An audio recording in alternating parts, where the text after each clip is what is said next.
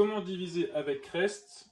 Dans cette vidéo, nous allons nous intéresser aux étapes qui sont égales à 0, car 0 est un choix possible dans le quotient. C'est une source d'erreur pour nos élèves de CM. Première division, 523 divisé par 5. Je commence par le premier chiffre. Je cherche 5 au maximum sans dépasser dans la table du 5. C'est évidemment 5 fois 1. 5 fois 1, 5. Allez, je marque encore les soustractions. 5 moins 5, il reste 0. Je descends le 2. Et je dois chercher 2. 2 dans la table du 5. 1 au maximum sans dépasser 2. Et bien ce sera 5 fois 0. Et il ne faut pas oublier ce 0. 5 fois 0, je dois enlever 0. Et 2 moins 0, ça fait évidemment 2. Donc tu vois que les soustractions font perdre du temps. Il faut essayer de les faire de tête. Je descends le 3. 23. Je cherche dans la table du 5 au maximum sans dépasser 23. Donc je m'arrête à 5 fois 4, 20. 5 fois 4, j'enlève 20. Et il me reste 3. Il me reste 3 qui est plus petit que 5, donc la division est bien finie. Si tu oublies ce 0, eh bien tu trouveras 14.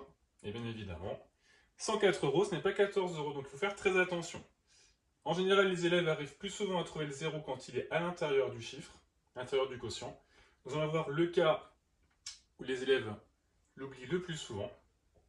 Donc 1254 divisé par 5.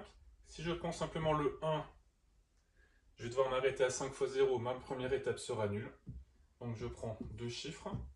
12, je cherche 12 dans la table du 5 au maximum sans dépasser. Ce sera 5 fois 2, 10. 5 fois 2, j'enlève 10. Il me reste 2.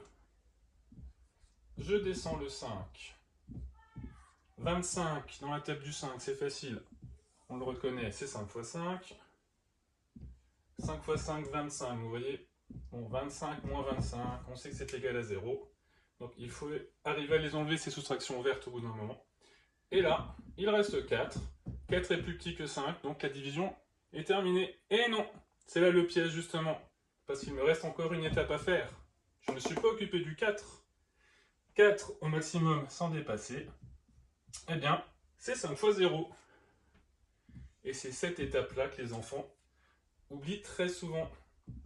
Bien évidemment, 4 moins 0, ça fait 4. Donc je trouve le même résultat, mais c'est bien 250. Ceux qui s'arrêtent à 25, c'est problématique. 250 €, ce n'est pas 25 €. Donc il faut être très vigilant avec ces étapes nulles.